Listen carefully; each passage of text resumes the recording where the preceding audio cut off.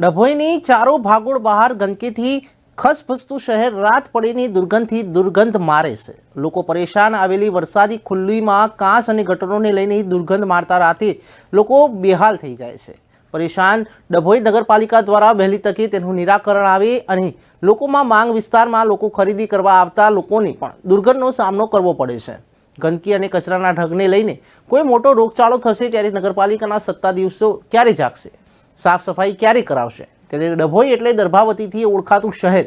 અહીં 4 કિલ્લા આવેલા છે અને મહુડી ભાગોળા, વડોદરી ભાગોળ, હીરા ભાગોળ અને નાનોદી ભાગોળ કિલ્લાની આજુબાજુ ગંદકી અને કચરાના ઢગલા જોવા મળી રહ્યા છે।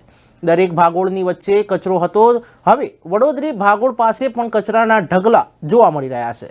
એક તરફ સ્વચ્છ ભારતનું સ્વપ્ન સ્વચ્છતા અભિયાનની પખવાડિયાની ઉજવણી કરવામાં આવે છે અને માત્ર અઠવાડિયા સુધીને સાફ સફાઈ કરવામાં આવે છે। નેતાઓ ફોટા પડાવી લે છે, ત્યારબાદ કચરો ત્યાંનો ત્યાં જ જોવા મળતો હોય છે। સ્વચ્છતા અભિયાનના નામે કરોડો રૂપિયા સરકારમાંથી ફાળવવામાં આવે છે। ત્યારે હાલ ડભોઈ નગરપાલિકાની દ્વારા ડભોઈ શહેરના અનેક વિસ્તારોમાં ગંદુ પાણી ઉભરાતું અને ગટરનું એક કચરાના ઢગલાની આજુબાજુના કચરો સાફ થાય એવી લોકોની માંગ છે।